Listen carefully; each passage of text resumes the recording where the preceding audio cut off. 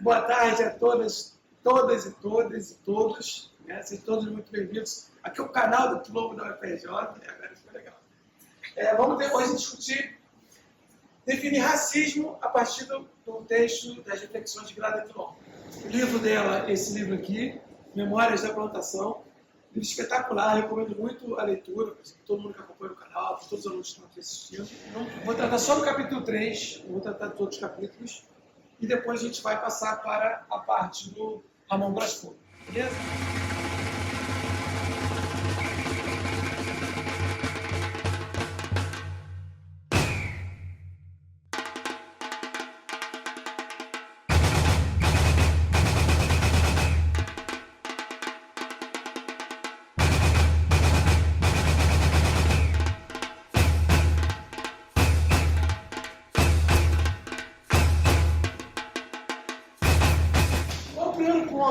Que a Grada Quilombo está trazendo nesse livro dela.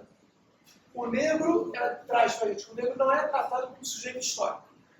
Tudo bem? É uma citação dela. A maioria das pesquisas sobre racismo centram suas análises no agressor, ignorando as vítimas reais. Né? Grada Quilombo. Essa abordagem perpetua a invisibilidade e a desumanização das pessoas negras que não são reconhecidas como sujeitos históricos com suas próprias narrativas e experiências. Exemplo prático disso, que o negro e a Grada Quilombo fala muito do negro. Vou incluir aqui o indígena também. Tá? Negro e indígena são tratados como sujeitos históricos. Por quê? Por vários motivos a gente pode pegar esse ao longo da história. Assim como o Pedro Álvares Cabral chega aqui, por exemplo, o que aconteceu? Eles chegaram aqui e tomaram as terras para eles. E o resultado disso foi um descobrimento do Brasil.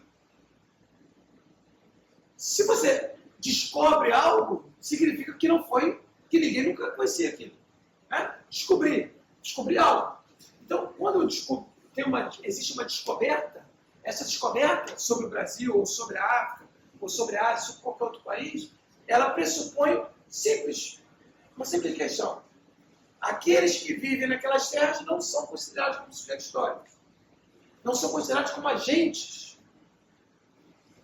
históricos ou agentes sociais.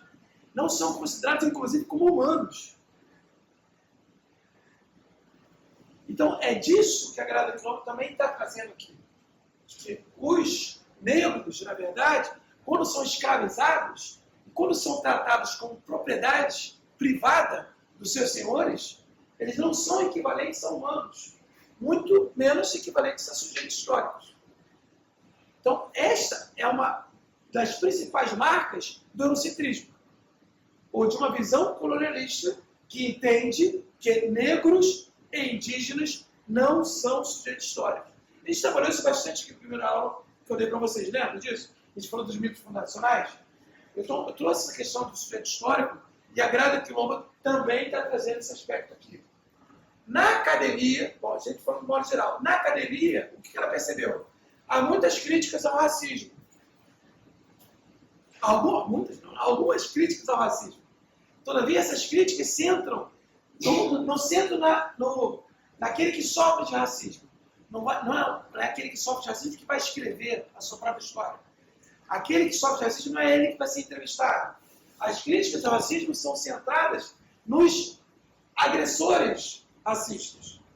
E aí ela cita no livro, por exemplo, só para a gente poder entender, ela está vivendo na Alemanha. Tá? Ela é uma negra de ascendência africana que viveu em Portugal, né? Toda a sua vida em Portugal, mas foi fazer seu doutorado na Alemanha. Então essa pesquisa dela aqui é na Alemanha, onde ela está trazendo. E aí lá na Alemanha ela faz uma crítica muito grande aos partidos políticos de direita, que são partidos racistas. Mas ela fala assim, faz a crítica aos partidos, mas não vão lá nos próprios, aqueles que sofrem de racismo para pesquisar como eles fazem, etc. Depois, o que ela vai trazer? O problema central do racismo não é a existência da diversidade e de pessoas diferentes, mas sim a desigualdade. Né? É a combinação do preconceito e do poder que forma o racismo. Só se torna diferente porque se difere de um grupo que tem o poder de se definir enquanto norma, a norma branca. Eu quero fazer agora o inverso, começando aqui para a gente ir para lá. Veja, quando você, ainda nessa perspectiva de não entender o outro como sujeito histórico, ela parte do princípio do quê? De que existe uma norma. O normal, o padrão. É como se fossem as cores. A norma, o padrão, é o branco.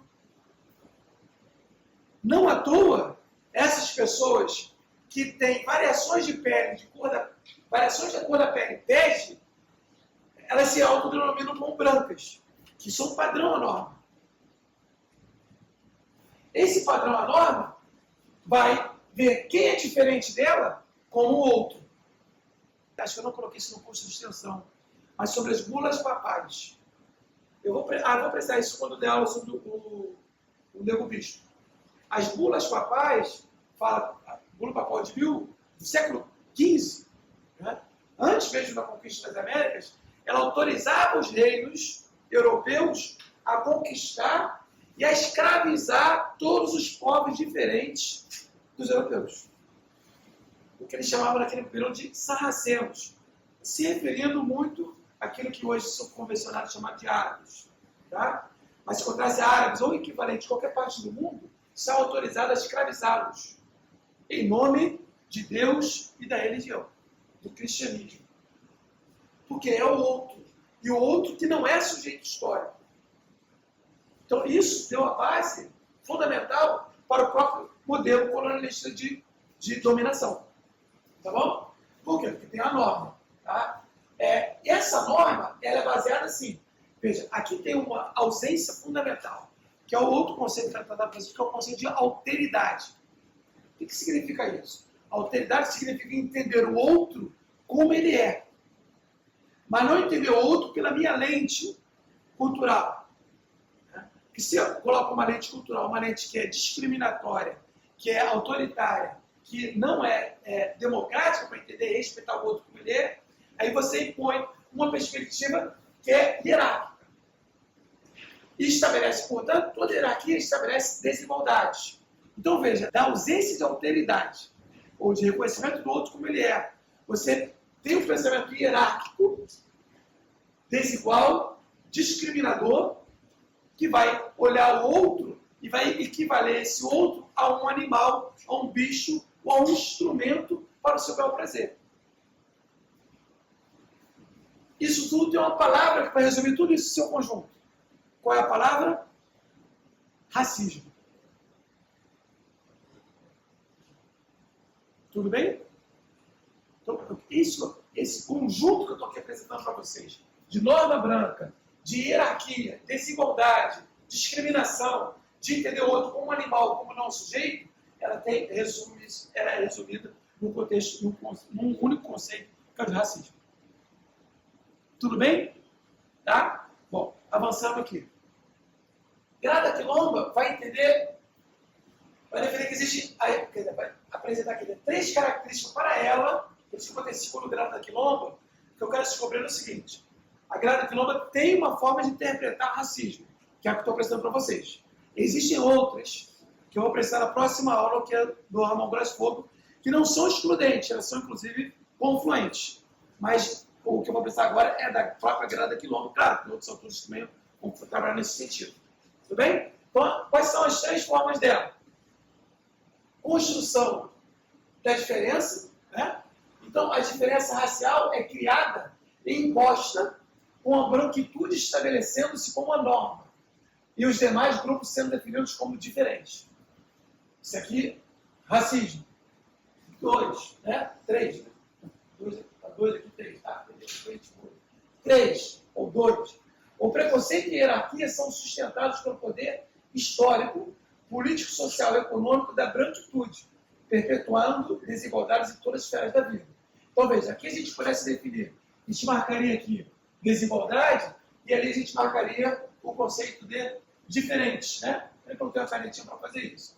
E no 3, aqui a gente vem da própria ideia da hierarquização. Essa diferença é associada a valores negativos, criando uma hierarquia onde a branquitude ocupa o topo e os demais grupos são inferiorizados. Então, veja, a gente já pegou outros conceitos para entender e justificar aqui. Hierarquização. 2, poder. 3, diferença. Que vai estar em seu conjunto. Esses pilares sustentam a forma de racismo. Por quê?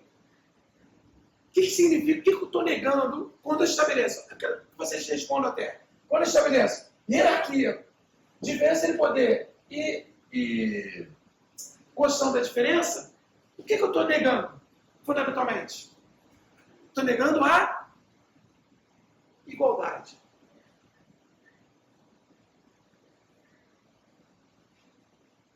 Para além de negar a igualdade, eu nego o status humano. O humano, nesse caso, são só os beges. Ela usa branco, branquitude é o conceito dela. Eu obviamente, vocês sabem que eu trabalho com outro conceito, mas dá para a gente usar aqui o conceito dela de branquitude. E aí, a quilomba traz uma outra diferença entre racismo institucional e estrutural. Eu quero que vocês compreendam o seguinte, eu vou apresentar aqui o dela, mas, por exemplo, o Silvio Almeida, que vocês devem ter, é ministro hoje, né? Tem um livrinho sobre racismo estrutural.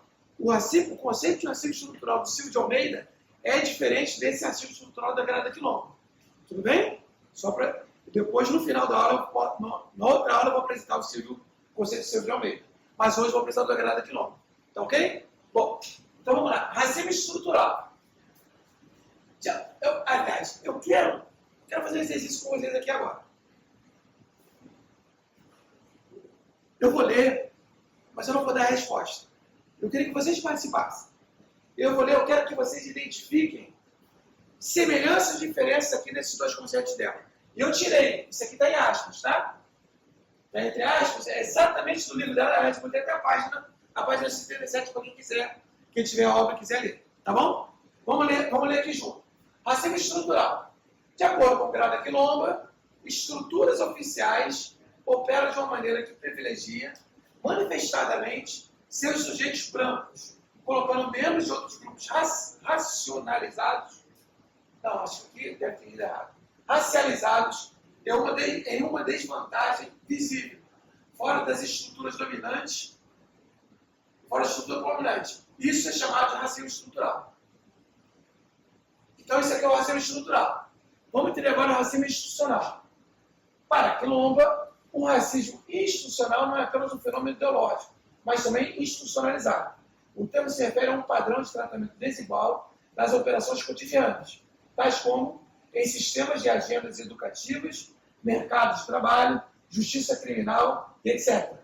O racismo institucional opera de tal forma que coloca os sujeitos brancos em clara vantagem em relação a outros grupos racializados. Também eu vou corrigir ali depois, tá?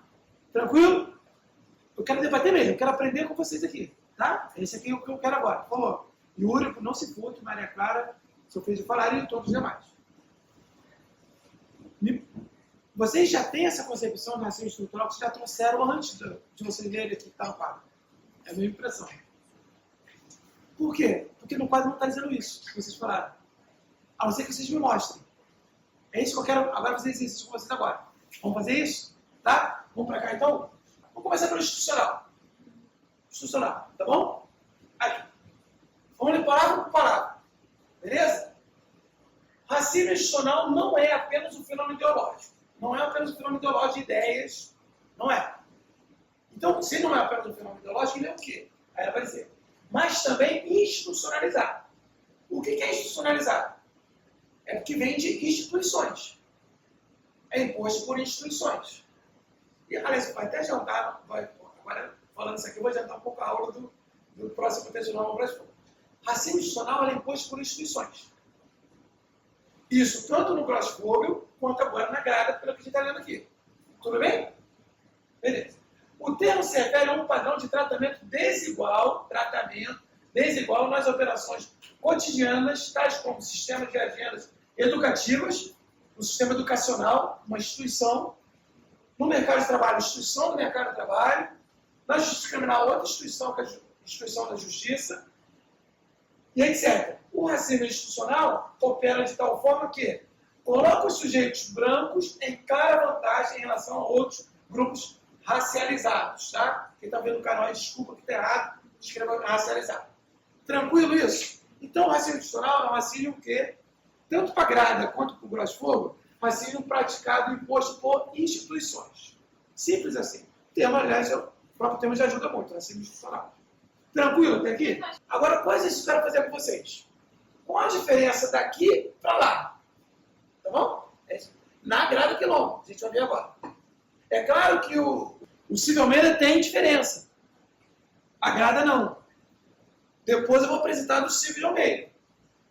Na verdade, o que nós já estamos fazendo aqui? Vocês estão compreendendo o quê? Existem diferentes concepções da ideia de racismo. Isso é legal. Tá? E cada um de vocês pode escolher uma que acha que mais pertinente. Não significa que uma está certa ou outra está errada. É isso que eu quero que vocês compreendam. Tá bom? Beleza. Vamos cá. Racismo para cá. Racismo estrutural. De acordo com grada, aspas. Estruturas oficiais. O que são estruturas oficiais? Primeira coisa. Estrutura oficial. É reconhecida pela sociedade. Beleza. Mas o que é? Me dê exemplos. Leis. O quê? Leis. Leis, ótimo. Governos, ótimo. Mas o quê? Pode falar. O que são estruturas oficiais? Polícia, judiciário, tudo bem? Estado, tudo bem? Até agora não difere de institucional. Ou difere? Institucional, polícia, judiciário, Estado também são instituições. Na verdade, instituições são estruturas oficiais. Concordem comigo? Ou não? Se alguém tiver dúvida, se não concordar com isso aí. Então, estruturas oficiais são instituições. Beleza. Então, até aqui está igual. Tá bom? Próximo passo. Opera de uma maneira que privilegia manifestadamente os sujeitos brancos. Tem diferença para lá agora, até agora? Mesma coisa. Se a gente substitui estruturas oficiais por instituições, fica a mesma coisa. Que ela disse lá também isso, não foi? Beleza. Colocando membros de outros grupos racializados, desculpa aqui o erro, é uma desvantagem visível fora das estruturas dominantes. Estruturas dominantes são as estruturas oficiais, são as instituições. Tá certo? Aqui esse ponto é esse ponto. Isso é chamado de racismo estrutural. Qual a diferença, então, do racismo estrutural para o institucional? Segunda grada quilômetro. Nenhum. Para os outros temos. É a mesma coisa. Essa é a grande pergunta que só ela pode responder. O que eu estou fazendo aqui com vocês esse exercício? Se vocês discordarem, por favor, me ajudem, porque essa foi a minha impressão ao ler o texto. E eu não estou, eu quero garantir isso para vocês sempre. Sempre tenham independência intelectual.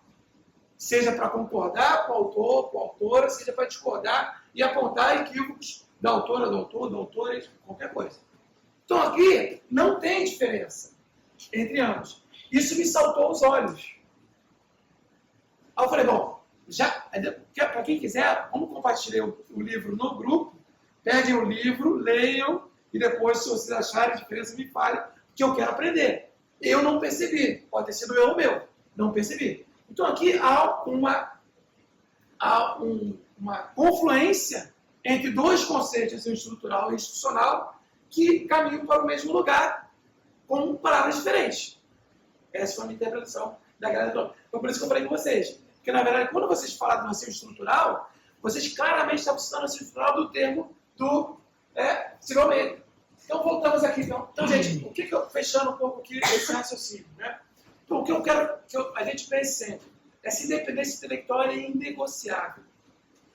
Inegociável. Assim como a gente entendeu aqui e compreendeu que a grada quilombo trouxe perfeitamente a ideia de crítica, a ideia de que, segundo a qual os negros não são tratados como sujeito histórico, e nós compramos essa ideia, tudo bem? Acabamos de comprar, referendar e tudo mais. Agora aqui, todavia, nesse espaço, entre essas duas estruturas de racismo que ela coloca, eu não identifiquei diferenças. Acho que a gente está falando exatamente isso. No Silvio Almeida, existem diferenças. Ele apresenta um conceito de racismo estrutural, que é outra coisa, que eu vou apresentar para vocês na segunda parte da aula, que é outra coisa. Tranquilo, então? Beleza? Tá? Então, o que eu quero que, aí agora para você, para todos aqui. Inclusive agradecendo aqui a Maria Clara, Yuri e a Sofia, né, que contribuíram para a aula. Então eles trouxeram uma perspectiva de racismo que está em outro livro, mas aí que está, você tem que ter sempre muito cuidado. Tenham sempre muito cuidado para vocês não serem levados com uma perspectiva que vocês já trazem e apresentar outra para um autor que não disse exatamente aquilo. Tá? É só um exercício mesmo que é importante. Isso não, quando vocês forem, né? Mestrado, doutorado e tudo mais, essas coisas vão fazer muito diferença. Saber diferenciar um autor de outro, etc. Tá? Bom, agora aqui 1000 elogios para ela. Eu quero tratar com... A minha cara gostou, né? 1000 elogios para ela. Ela trouxe o conceito de racismo cotidiano. Cara, uma sacada bem bacana que talvez... Aí que tá. Não sei se já posso falar isso agora ou se deixa para falar depois. Eu quero ver se vocês vão perceber isso que eu quero falar. Tá bom? Vamos entender então o conceito de racismo cotidiano? Beleza? Vamos lá. Então, racismo cotidiano, ela traz como conceito a outridade, né, e a projeção da sombra. Outridade é um conceito que trabalha muito bem trabalhado pela Toni Morrison. Não sei se vocês já ouviram falar, né? Um dia eu vou dar aula sobre ela. Então aproveita e se inscreva no canal. Então, racismo cotidiano de segunda grada. Manifeste-se em microagressões, palavras, gestos, olhares que reforçam a outridade no sujeito negro. Veja, o que está posto aqui mais uma vez? Mas eu não queria falar para você, quero que você responda para mim. Quando ela está dizendo aqui que o racismo cotidiano significa microagressões, com palavras, gestos, olhares, né, para o outro. Então, significa que o outro não está sendo tratado como igual. Ou mesmo, daqui a pouco eu vou explicar na outra parte da aula, que vai ter um conceito do Fanon, que ele vai fazer uma linha, que é a linha do não ser. A linha do ser e a linha do não ser. Na verdade, embora eu não tenha dialogado aqui com o Franz Fanon, tá? Mas ela está falando da relação do outro, que não é tratado como igual, e que, portanto, não é tratado, aí, segundo Fanon, não é tratado como humano, estaria numa outra linha, abaixo da linha da humanidade, que é o do não humano. É por isso que ele é o outro, é o não ser. O negro se torna o espelho distorcido da branquitude, o depositário de seus medos, preconceitos e desejos reprimidos.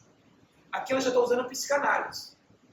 Eu estou pensando aqui na psicologia, que bom. Então vocês podem me ajudar quando quiserem. Então veja, o espelho distorcido, veja, todos aqui, o que cada diploma está defendendo nesse livro?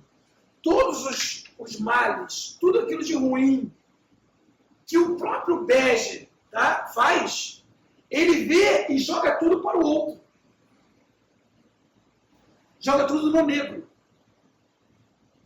E atribui todos os seus medos, preconceitos, né, depositados distorcidos no outro. Seus desejos reprimidos no outro. No caso, no negro, que ela está falando aqui.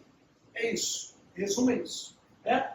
E aí, essa outridade não é apenas uma diferença neutra, mas carrega uma carga negativa, projetando no negro os aspectos reprimidos e indesejados da sociedade branca.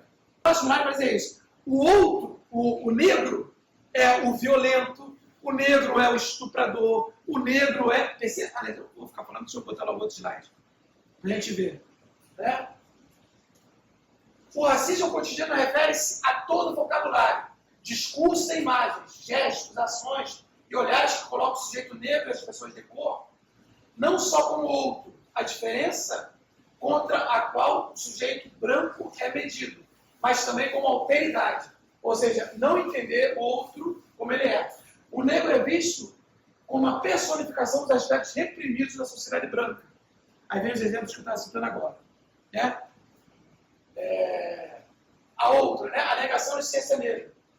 Grada que não expõe a violência de constante rotulação do sujeito negro como outro, aprisionando-o em estereótipos negativos desumanizantes. Essa outridade imposta nega ao negro o direito simplesmente de existir como igual, reduzindo a projeção dos medos e preconceitos da branquitude. A de Fanon também descreve isso muito bem lá no Pele Negra, Máscaras Brancas. E aí ela vai trazer que o sujeito negro é percebido como outro através das seguintes formas. 1. Infantilização. Sendo visto como a personificação do dependente. O menino, a menina, a criança ou o servo, que não pode sobreviver sem um senhor. É o dependente. É aquele servo que precisa o tempo todo do senhor. A gente pode ver uma prática dessa aqui com toda tranquilidade quando você está na própria universidade. Mas tem professores beges, né, que dominam, são os diretores, ocupam todos os espaços, e os negros que limpam os nossos banheiros. Então, o bege normalmente trata esse negro como um dependente, né, como uma criança infantilizada. Às vezes vai estar... O Fanon fala disso muito. Acho que a Grande Clã, embora não tenha citado o Fanon, mas me parece, não sei se ela leu, talvez, certamente deve ter lido, mas me parece estar com o Fanon na cabeça para negro baixar branco. Quando você infantiliza o outro. O Fanon traz exemplos, por exemplo, lá no livro dele, agora não sei falando aqui, animalização. Sendo visto como a personificação do animal, o selvagem, o primata, o macaco, outra forma de humanidade. É desumanização mesmo, ou animalização. Quer dizer, Fanon usa desumanização, ela está usando animalização. Significa a mesma coisa. Tá? Por outros caminhos, mesma coisa. Primitivização, sendo visto como a personificação do incivilizado. O selvagem, o atrasado ou o natural, aquele que está próximo da natureza. Embora ela não tenha citado aqui, mas isso diz muito respeito, sobretudo, aos indígenas também.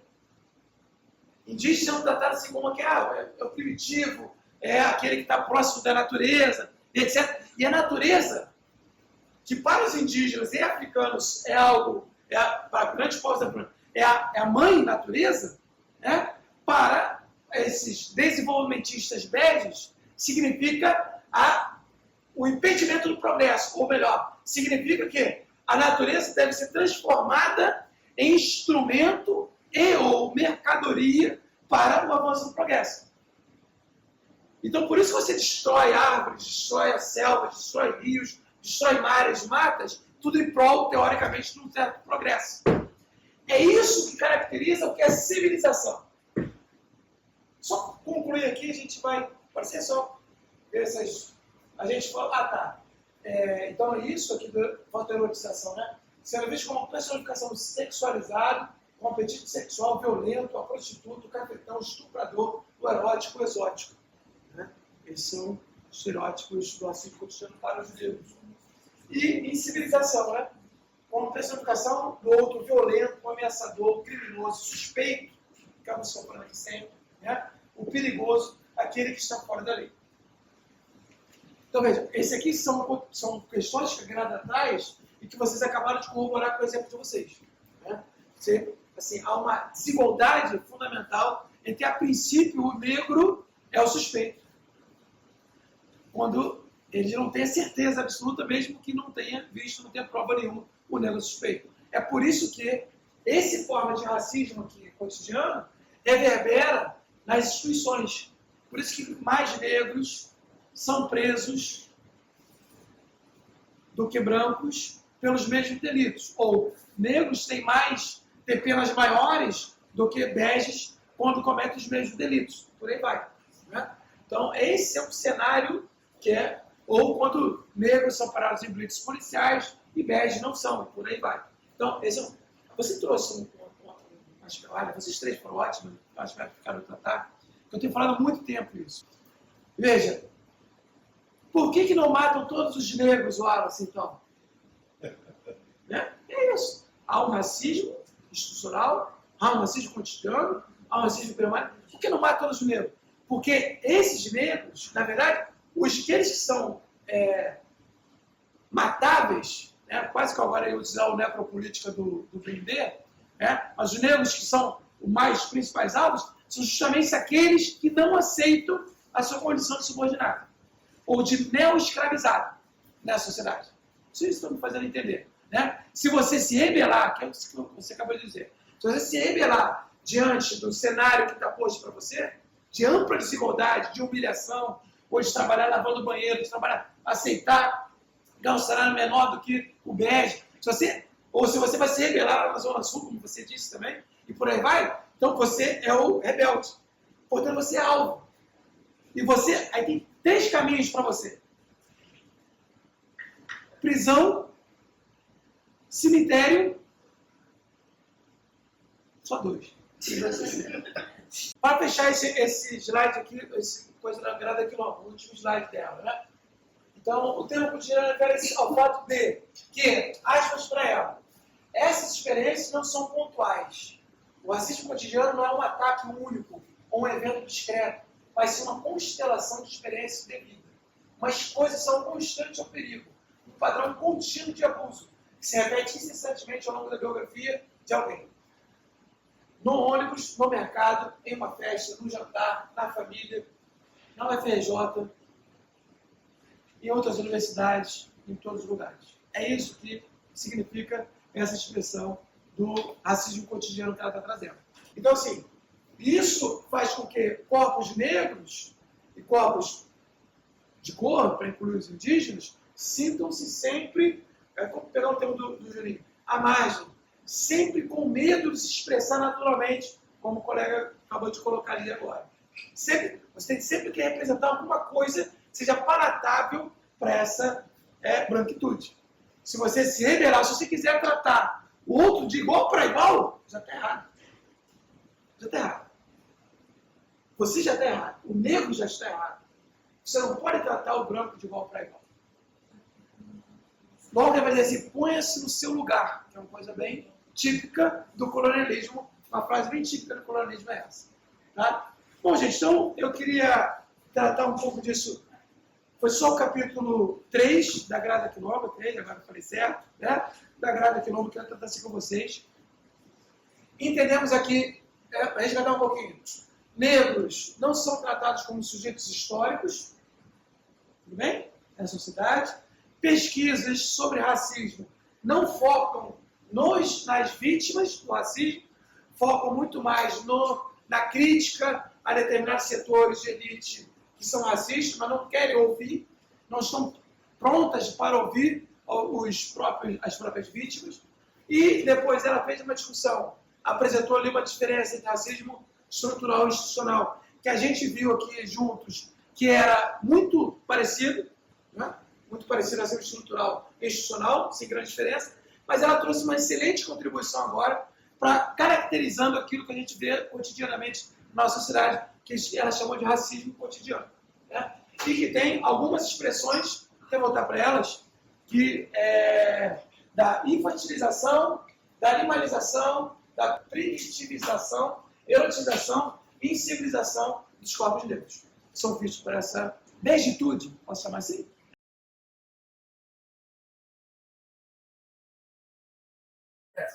A gente já viu aqui, até para a gente continuar, vimos aqui Grada Quilombo, que apresentou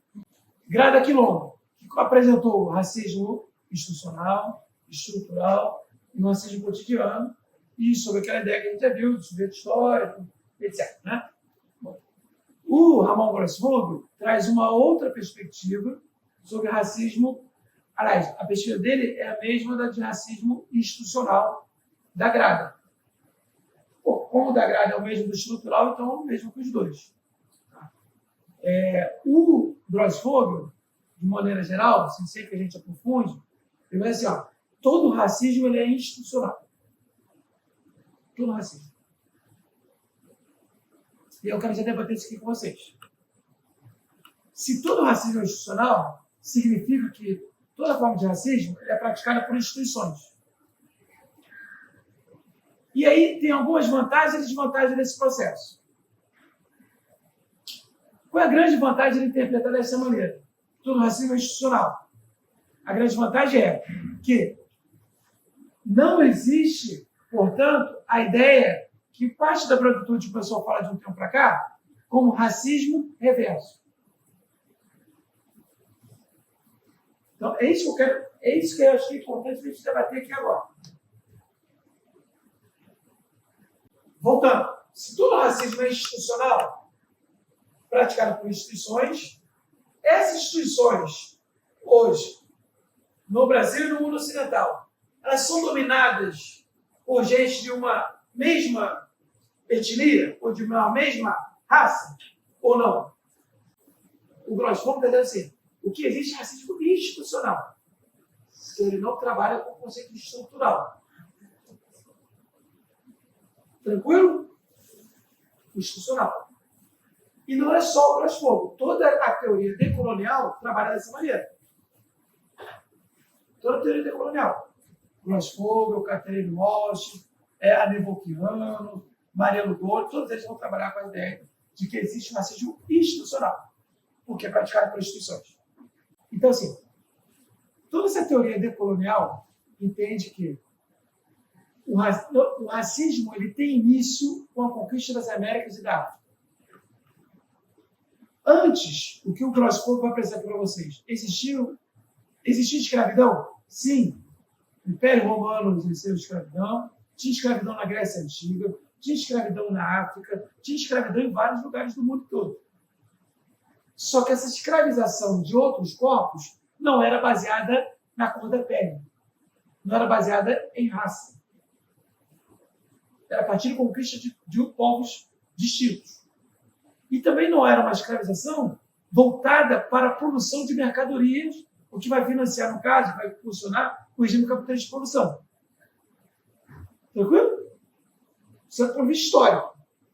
Então, os decoloniais vão dizer, a escravização por cor da pele, ela começa com a conquista das Américas. E é patrocinada, agora voltando ao termo, é patrocinada por instituições. Essas instituições que são dominadas por europeus, pelos reinados europeus. Nem todo europeu se beneficiou dessa escravização. Os servos europeus, é importante entender, no período da escravização dos corpos negros aqui, nas Américas e na África, existia servidão na Europa. Trabalho por servidão. Tudo bem? Esse trabalho por servidão vai começar a terminar só com a Revolução Francesa, em 1789, lá no século XVIII, final do século XVIII. Até então, aí tem um livro muito bacana do Kropotkin, que diz o seguinte, os servos europeus podiam ser chicoteados, eram enforcados em praça pública, por essa elite bege, elite europeia. Tá? O sentido de igualdade, até a ideia da criação do conceito de cidadania, aconteceu só a partir da Revolução Francesa, 1789. Bom, então existia, enfim, mas o que existia nas Américas desde 1492, ou desde 1500, no caso brasileiro, sobretudo no século XVI, vai acontecer uma forma de racismo que é pautada pela cor da pele. Por quê? O Ramon Classuas, inclusive no mundo árabe, também tinha escravização. Mas um escravo, um escravizado, poderia, no mundo árabe, até se transformar em sultão. Dependendo do que acontecesse. E no Império Romano também podia alcançar a liberdade e vários outros. A partir da escravização moderna, que é a escravização dos africanos e de indígenas, isso era impossível. Por quê? Porque o negro jamais poderia ser rei no Brasil, ou jamais poderia ser um grande proprietário, um grande poderoso econômico e politicamente, durante o colonialismo. Por quê? Mesmo que ele fugisse do cativeiro, fugisse da senzala, em qualquer lugar que ele estivesse, ele era pego porque ele era preto, tinha cor diferente da cor dos beges. Então era facilmente identificável. Tudo bem isso? Como que é imposto o racismo? Então essa ideia de que, por exemplo, no Império Romano existiam generais negros. Tudo bem? O Império Romano, que é antes desse período da escravização, existiam generais negros. Quando que isso muda? A partir da conquista das Américas. Então, essa chave da mudança e passar para você um racismo de cor da pele aconteceu nesse momento. Outro exemplo, que aliás o Grossman traz. Os irlandeses, por exemplo, dessa região que se chama Grã-Bretanha, né? da Inglaterra ali, então os ingleses escravizaram os irlandeses. Ou discriminavam os irlandeses. E era um racismo religioso, uns protestantes e outros católicos, por exemplo. Isso também é forma de racismo religioso por conta da religião, pode ser em vários lugares, seja com os judeus, seja com os árabes, com os muçulmanos, etc. Então, o que eu estou trazendo aqui para vocês é uma forma de racismo que é baseada no fenótipo, que acontece com a modernidade. Por isso vai ser importante nós estudarmos as cartas de Pedro Vaz de Caminha e a carta de Cristóvão Colombo, nesse curso que eu vou dar para vocês. Vai ser importante para a gente saber como que eles perceberam os indígenas exatamente naquele momento. No primeiro momento do contato. Como que eles descreveram os indígenas como tais. Né? Depois vai ter toda uma consequência posterior. Bom, o que o Fares estava falando exatamente sobre o Fanon? O Fanon diz que o colonialismo ele é patrocinado pelas realezas europeias, mas ele é posto em prática pela ponta do sabre. O que é isso, a ponta do sabre? Para quem não sabe, no mosquetão, no fuzil, não é arma, era arma longa. O sabre é como se fosse quase equivalente a uma faca, que é posta na ponta do cano do armamento. E a gente, quando não tinha a bala, né, enfiava aquela faca no outro e matava o outro. Então, assim, o que eu falo disso? A ponta do sabre, ou seja, o militarismo, é o que vai garantir a escravização do diferente, do outro. No caso do negro e do indígena. Então, é outra instituição criada para garantir os interesses das coroas europeias. Depois disso, você cria outras instituições, como no Brasil e nas Américas, todo lugar, toda cidade se conquistava, nas primeiras constituições que tinha, igreja e prisão. Igreja era o domínio ideológico e a prisão era para quem não se subordinasse, tinha um destino da prisão, para servir como exemplo como do outro, ou a forca, ou o chicote, ou, enfim, o tronco e por aí vai. Essas várias instituições foram criadas para garantir os interesses de poucos. Igreja, prisão e todos os aspectos resultantes do militarismo também são instituições. Depois, no segundo momento, vai criar uma forma de prender essas pessoas por meio do judiciário. Então, você tem um acúmulo de instituições criadas para garantir os interesses dessa branquitude, que vai aceitar o negro, deixar o negro viver, desde que ele aceite o seu lugar de subordinação, o seu lugar de exploração, o seu lugar de discriminação, de ser entendido como outro. Aí ele pode ficar tudo bem. É aquilo que eu falo, assim, todo branco adora ter um neguinho de estimação. Inclusive ele usa aquele neguinho para dizer que não é racista. Mas aquele neguinho, se ele tratar um branco igual, ele já não presta. Ele tem que se manter subordinado. Adoro esse preto, adoro. Vai ele se tentar ser igual, para fora. Então, veja, tudo isso é garantido por instituições. Então, esse é o racismo institucional. É por isso que não existe, como eu falei no início da aula, é por isso que não existe racismo reverso. Por quê? Porque os pretos e negros indígenas, eles não dominam as instituições. Se eles não dominam as instituições, não tem como impor o racismo contra brancos. Vocês estão podendo entender. Não domina as instituições. As instituições são os brancos. Se foi. Continua sendo. Existe... o Wallace já teve... Barack Obama foi presidente do Unidos. Beleza. Existem aqueles que eu estou chamando no livro de negros colonizados. Completamente colonizados. Que só chegam no lugar de poder porque foram colonizados. E muitas das vezes reproduzem melhor do que o próprio branco as ideologias colonialistas. É isso. Vocês vão poder citar vários exemplos aqui, você buscar na história, para pegar vários exemplos excepcionais, ou melhor, de exceções de negros que conseguiram alcançar um determinado lugar na sociedade. Agora, esse lugar na sociedade, como ele chegou lá, mas chegou de que maneira? Normalmente reproduzindo todos os princípios do colonialismo, muitas vezes reproduz melhor do que o próprio branco. Então, a gente precisa fazer essas distinções para entender esse processo. Bom, então, já dito que não existe racismo reverso, dito o que significa racismo institucional, e aí eu vou agora explicar para vocês como que isso acontece, por exemplo, e aí é muito bom, quero até ouvir a experiência de vocês, de quem aqui mora no subúrbio, de quem mora em comunidade, de quem não mora, mas onde as elites estão, pelo seguinte, eu fui criado, como eu já falei para vocês, fui criado em Irajá. Em Irajá, se chegar um branco qualquer e for chamar um negro de macaco, o que vai acontecer? Se o negro for chamado de macaco, se sentir ali discriminado, sabe o que vai acontecer? O branco vai tomar um socão na cara na hora. E se não tomar uma paulada na cabeça? Isso se não for encoberto pela porrada, como diz lá em Irajá. Por que isso? Porque ali é Irajá. Coisas equivalentes devem acontecer em favelas e periferias desse país.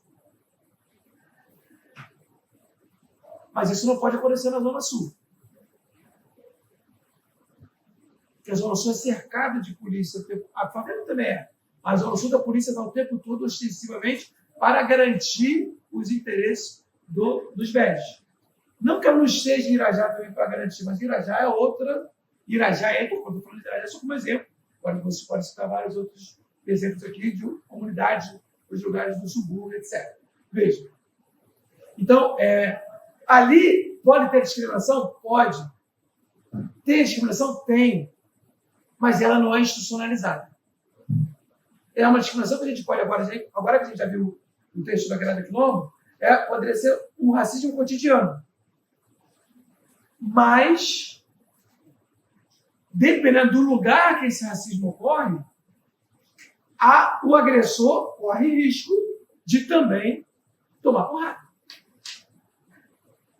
Veja, isso aqui eu não li em livro nenhum, tá? Eu estou falando a partir da minha experiência. Estou querendo que vocês pensem e reflitam a respeito disso. Tudo bem? Esse é o conceito do racismo. Por isso que o racismo é sempre institucional.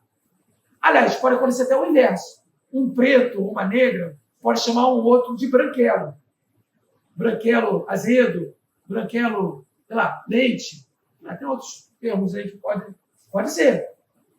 Isso não é racismo, porque isso não significa um aprisionamento, uma matança, uma exclusão. Essa pessoa não vai deixar de ganhar um emprego porque o negro chamou, que não vai deixar de ocupar um cargo no emprego.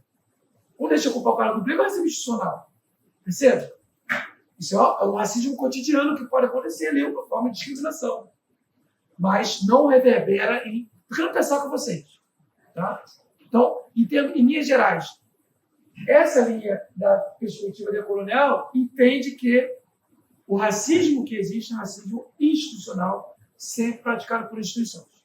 Então, assim, o que o Juan está falando aqui? O Juan está falando de um outro texto do Brasília, que ele vai apresentar na aula de lei. Já.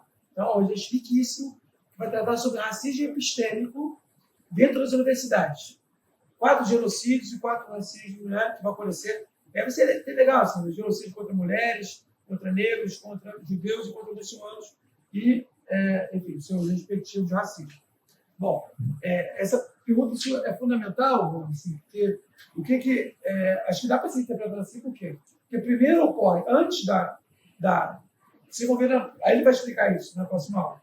Antes da conquista das Américas, os estados, né, os reinados, Portugal e Espanha, expulsaram os árabes e os judeus da Península Ibérica.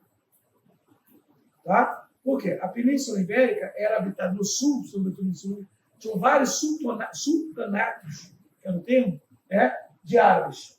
E judeus que não tinham estado viviam ali também. Então havia todo mundo ali, desde o século VIII, sem discriminação religiosa, etc. Né? Então, eles com os espanhóis e com os portugueses. O que o reinado espanhol fez foi, nós vamos criar agora um Estado único para fazer esse Estado, vamos expulsar. Então, esse Estado fizeram 2 momentos, ou de expulsava ou de cristianização desses povos, dos judeus e dos árabes. Então, daí surgiu os mouros, e os mourísticos e os marrones, né? São judeus e árabes convertidos ao catolicismo. Tudo bem? Esse foi um processo anterior, exatamente anterior, assim, 1488, né? Isso. Ali antes de 492, antes da expansão.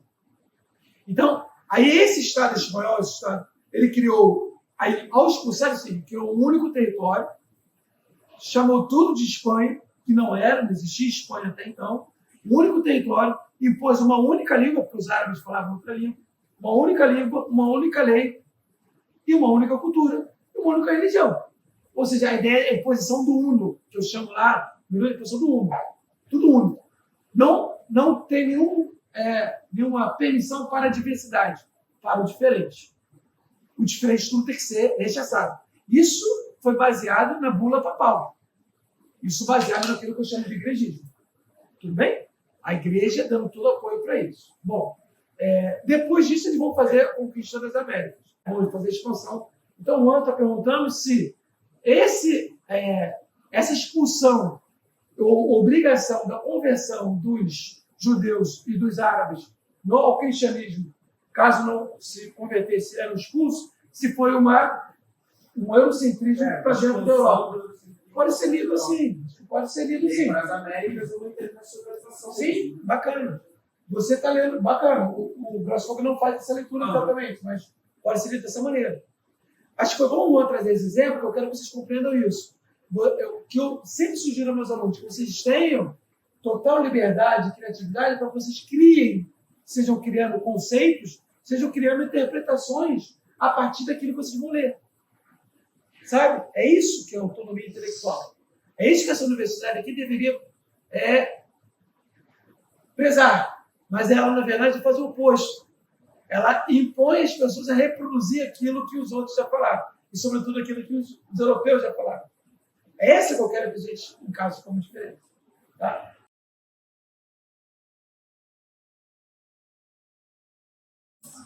Podemos...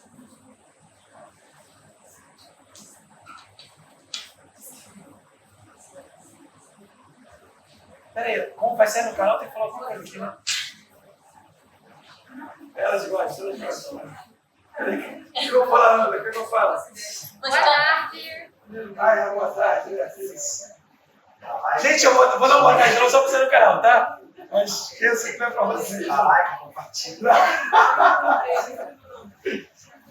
Tá gravando, Ana? Pode começar? Você tá muito na sombra.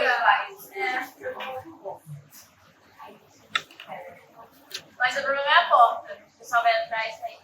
É melhor botar pra lá. É melhor. Professor, é melhor botar pra lá e aí fica mais ali. Tava mais lá no canto. Mais cedo. Aí, quer que saia daqui? Tá ótimo. Não, você não aparece, não. Aqui? Aí tá bom. Vai. Vou ter que lamentar toda hora. É melhor a gente. Eu tenho que...